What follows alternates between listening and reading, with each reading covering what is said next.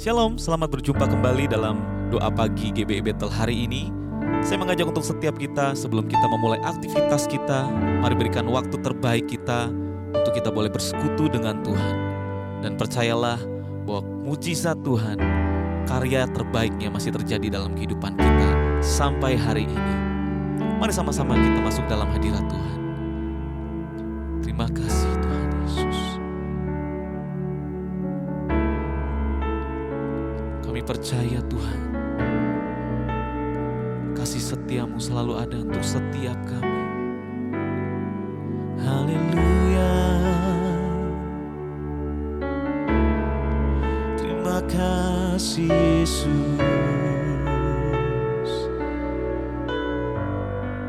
Terima kasih Bapa.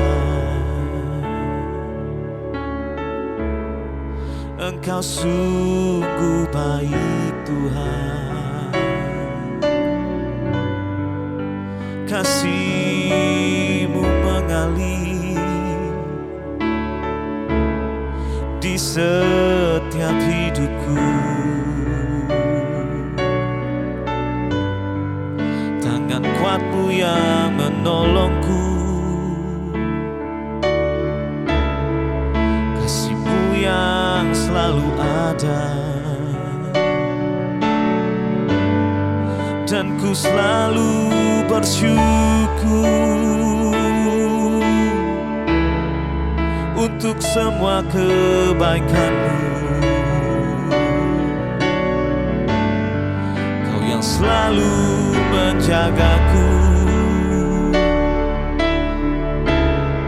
Kau yang selalu menopangku.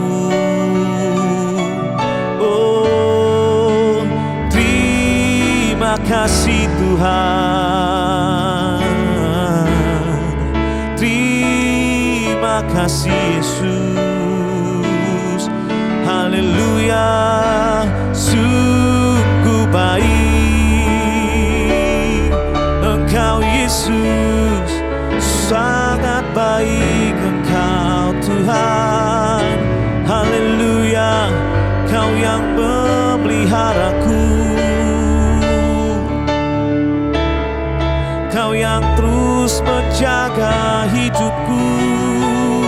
Haleluya Yesus. Terima kasih. Ku selalu bersyukur Tuhan. Selama-lamanya hanya Engkau Yesus yang layak terima sembah kami. Terima kasih Yesus. Sekalipun mungkin musim selalu berganti dalam kehidupan kami Tuhan, tapi kami percaya bahwa kasih setiamu selalu ada bagi setiap kami. Tangan kuat-Mu yang menjaga dan menopang setiap kami Tuhan. Terima kasih Tuhan Yesus. Terima kasih. Yes Lord Jesus. Musim akan selalu berganti,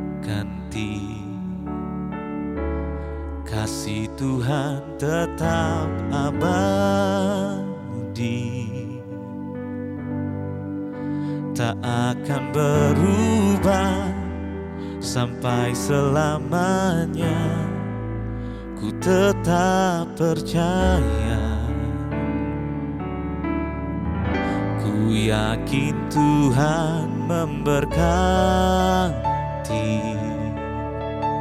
ku yakin Tuhan melindungi. Burung di udara Tuhan pelihara karena kasih-Nya. Tuhan selalu menolongku, selalu menjagaku. Sehelai di rambutku tak akan terjatuh tanpa seizin-Mu. Tuhan selalu menolongku, selalu menjagaku.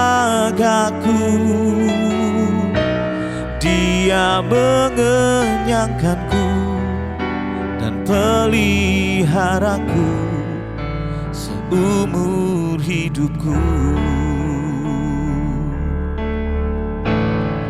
Mari sama-sama dengan iman katakan, musim akan selalu berganti, kasih Tuhan tetap abadi, tak akan berubah sampai selamanya. Ku tetap percaya, ku yakin Tuhan, ku yakin Tuhan memberkati, ku yakin Tuhan melindungi.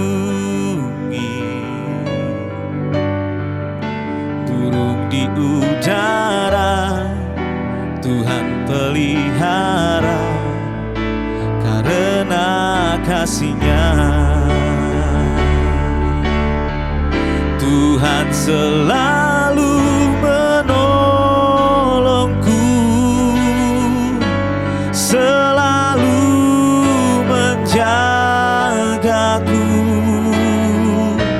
Sehelai di rambutku tak akan terjatuh tanpa seizin-Mu.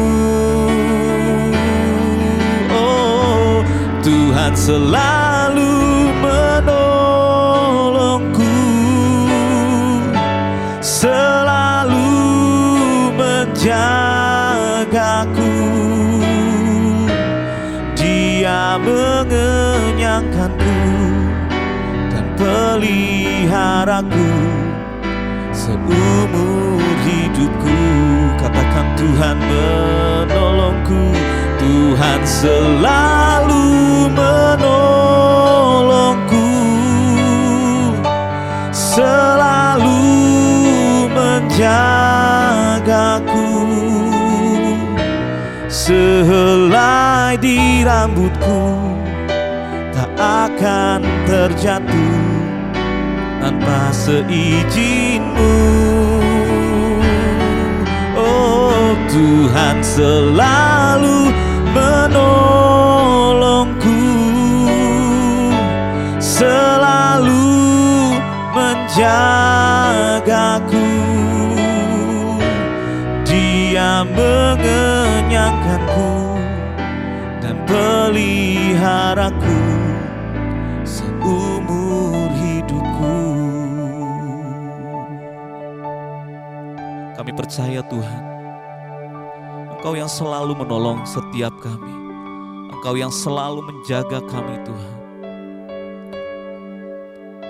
Tangan kuat-Mu yang selalu ada bersama-sama kami. Bahkan sehelai rambut kami terjatuh pun tidak mungkin tanpa seizin Engkau Tuhan. Terima kasih Tuhan Yesus.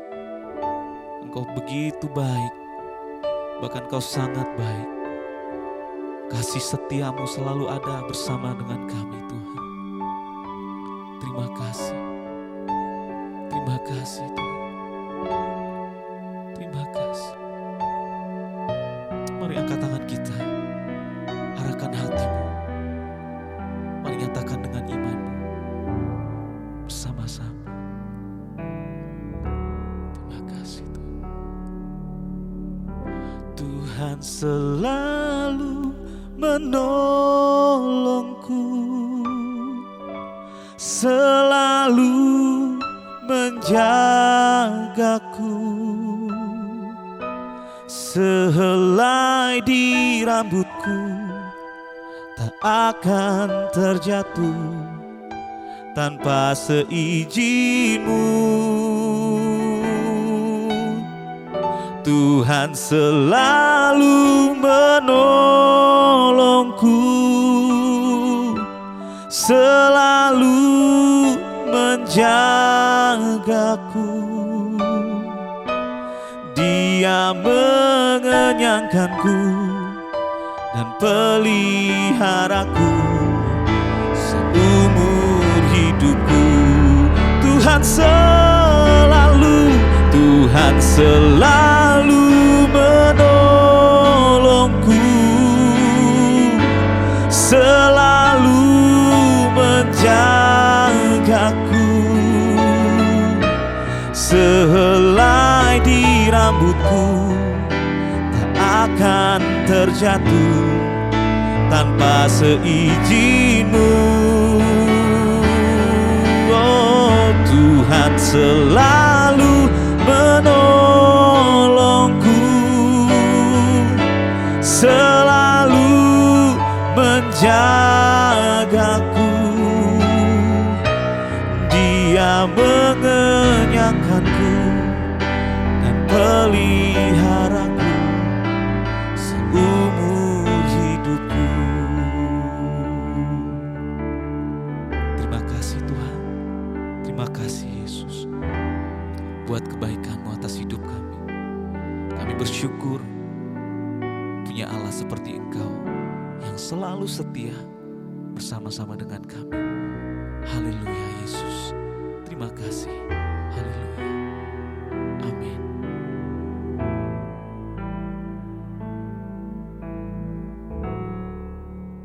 Shalom, selamat pagi jemaat yang dikasihi Tuhan. Bagaimana kabar Anda hari ini? Kiranya kebaikan Tuhan selalu limpah dalam hidup kita. Setiap pagi ada berkat baru, besar kasih setia Tuhan. Baik, pada hari ini saya akan menyampaikan renungan dengan judul Beda Derajat, Penghukuman Neraka dan Kemuliaan Sorga. Kita akan baca Yohanes pasal 5 ayat 22 sampai 24 yang berkata demikian.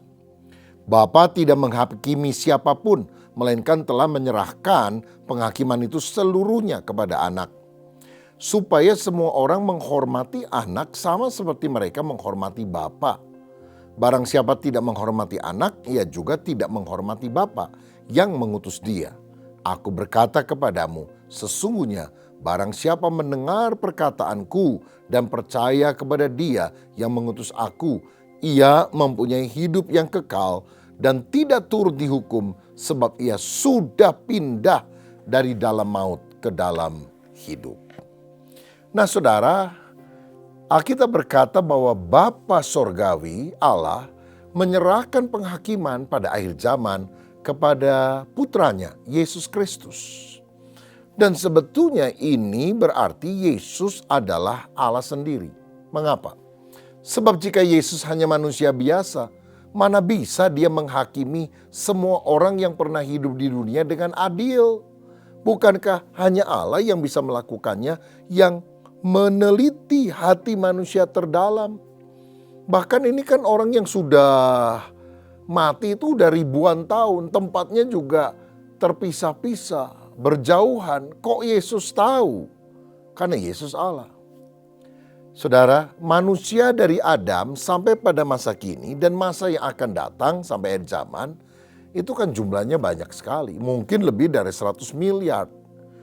Dan kalau manusia yang harus menjadi hakim, gak mungkin itu dilaksanakan. Dengan demikian, kita tahu bahwa Yesus adalah Allah, sehingga Bapa menyerahkan seluruh penghakiman itu kepada Yesus. Engkau yang menolak Yesus akan dihakimi. Satu kali orang seperti Pontius Pilatus akan gemetar karena dia pernah menghakimi Yesus.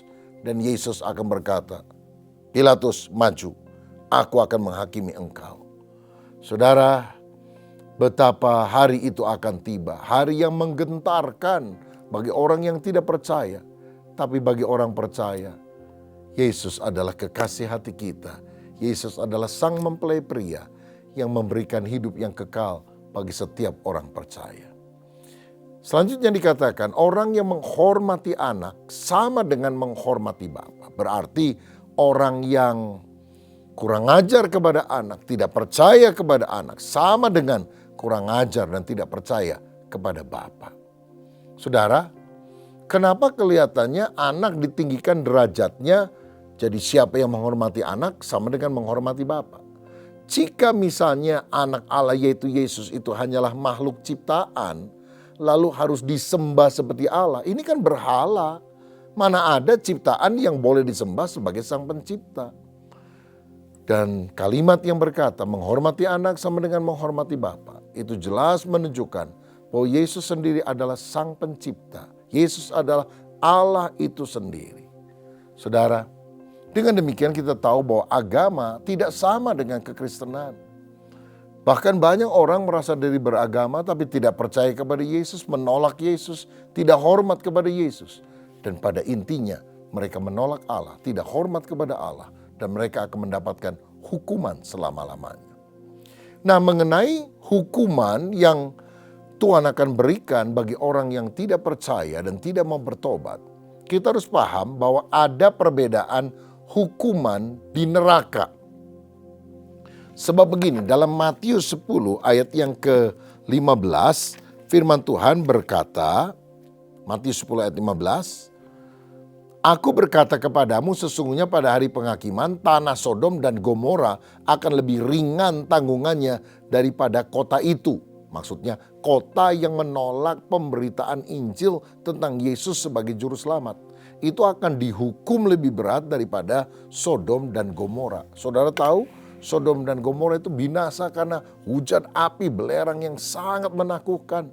Orang di sana kan gosong istilahnya.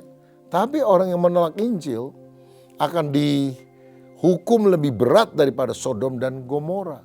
Selanjutnya dalam Matius 11 ayat 23 dikatakan bahwa tanggungan Sodom akan lebih ringan daripada tanggungan Kapernaum. Kenapa? Karena di kota seperti Kapernaum mereka melihat mujizat tapi tidak bertobat dan tidak percaya kepada Yesus. Jadi mereka akan dihukum lebih berat karena orang Sodom dan Gomora tidak melihat mujizat-mujizat seperti yang dipertontonkan kepada orang yang tinggal di Kapernaum.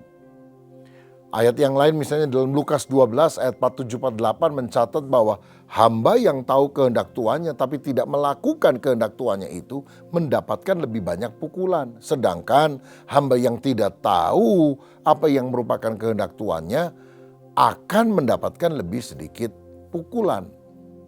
Berarti makin banyak firman yang dimiliki, makin banyak firman yang diketahui, makin berat hukumannya kalau kita berbuat dosa, kalau kita tidak melakukannya. Ada perbedaan hukuman di api neraka. Tetapi sebaliknya juga ada tingkat kemuliaan yang berbeda dalam kerajaan sorga. Lukas 19 misalnya menceritakan orang yang mengembangkan talentanya atau uang minanya menjadi 10 akan memerintah 10 kota. Orang yang mengembangkan uang minanya menjadi 5 akan mendapatkan 5 kota. Jadi ada perbedaan tanggung jawab, derajat kemuliaan pada kekekalan. Saudara, dalam Matius 5 ayat 19 juga dicatat tentang adanya kedudukan yang lebih tinggi atau lebih rendah di dalam kerajaan sorga. Dalam Matius 20 dikatakan bahwa akan ada orang yang duduk di sebelah kiri dan kanan tahta Yesus. Sedangkan orang yang lain mungkin duduk lebih jauh dari tempat itu. Nah, dari sini kita bisa melihat bahwa Tuhan menjanjikan sorga bagi setiap orang yang percaya. Tapi ada perbedaan derajat kemuliaan. Misalnya, kalau ada orang mati umur 70 tahun. Waduh, sepanjang hidupnya jahat, berdosa, macam-macam kejahatan dia lakukan. Sehari sebelum bertobat dia minta ampun sama Tuhan. Dan sungguh-sungguh mengundang Yesus masuk dalam hati. Lalu besoknya mati. Kira-kira masuk surga atau masuk neraka? Surga kan? Seperti penjahat di sebelah salib Yesus. Gak sempat dibaptis, gak sempat ke gereja. Menjelang akhir hayatnya dia bilang, Tuhan ingatlah aku kalau engkau sudah jadi raja. Yesus bilang apa? Hari ini juga engkau bersama dengan aku di Firdaus. Berarti kan selamat. Mungkin saudara bilang kalau gitu rugi dong. Saya ini bertobat dari usia muda, usia remaja. Oh nanti kalau mati usia 70 atau 75 tahun. Itu orang penjahat di sebelah salib Yesus. Beberapa jam sebelum mati dia udah bertobat. Saudara, selamatnya sama, pahalanya beda. Ya, Penjahat di sebelah salib Yesus memang diselamatkan, tapi tidak mendapatkan mahkota, tidak dapat pahala. Beda dengan orang seperti Paulus, Timotius, yang setelah bertobat memberitakan Injil, memenangkan jiwa, menanam gereja di mana-mana. Sorganya sama, pahalanya berbeda. Tingkat kepercayaan Tuhan untuk kita mengatur segala sesuatu dalam kerajaan sorga, memerintah di sana berbeda-beda. Keselamatan memang anugerah Tuhan, tapi pahala adalah perbuatan iman yang kita lakukan setelah kita percaya kepada Yesus. Alkitab melukiskan tentang mahkota, mahkota kehidupan, mahkota kemuliaan yang tidak akan layu, dan mahkota yang lain. Nah, saya mau bacakan 1 Korintus pasal 3 ayat 13-15 yang berkata demikian.